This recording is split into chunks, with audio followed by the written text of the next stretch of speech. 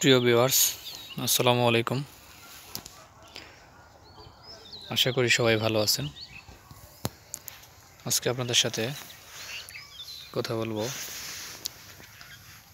আলুর পাতাটা সবুজ সতেজ যাতে রাখা যায় এবং আলুর পাতাটা যেন মেলানো থাকে এই বিষয় নিয়ে। তো আপনারা আমার সামনে যে গাছগুলো দেখতে পাচ্ছেন, দেখেন এগুলো হচ্ছে আলু গাছ। এটা হচ্ছে কেয়ার আলু। তো এই আলুতে দেখেন ম্যাক্সিমাম ক্ষেত্রে পাতাগুলো একটু কোকড়া টোকরা হয়ে আসে, মাথাগুলো শুরু হয়।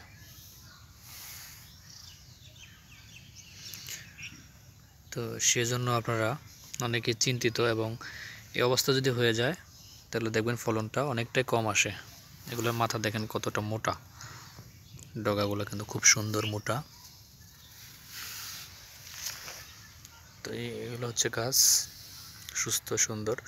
আর মাঝে মাঝে কিছু কিছু গাছের পাতা কিন্তু একদম ফ্যাকাশে এবং কি কুকড়ানো কুকড়ানো ভাব।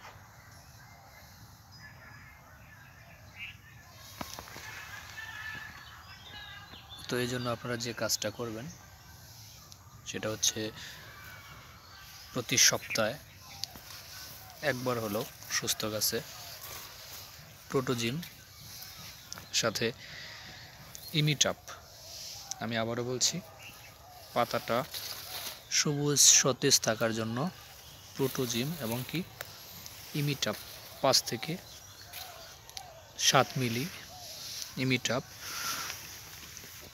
আর প্রোটোজিম 16 ml আপনারা সপ্তাহে 2 বার স্প্রে করবেন।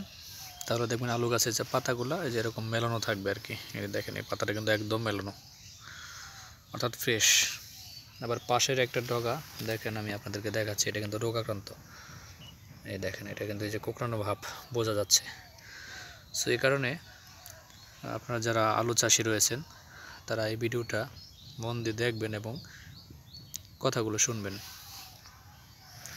তো আমি আবার বলছি, প্রতি সপ্তাহে একবার হলো প্রোটোজিম 16 লিটারে 16 ml এবং ইমিটাপ 5 থেকে 8 ml স্প্রে করবেন। তাহলে আলু গাছের পাতাগুলো মেলানো থাকবে এবং গাছটা স্বাস্থ্যবান থাকবে। তো ধন্যবাদ সবাইকে, সবাই ভালো থাকেন, সুস্থ থাকেন।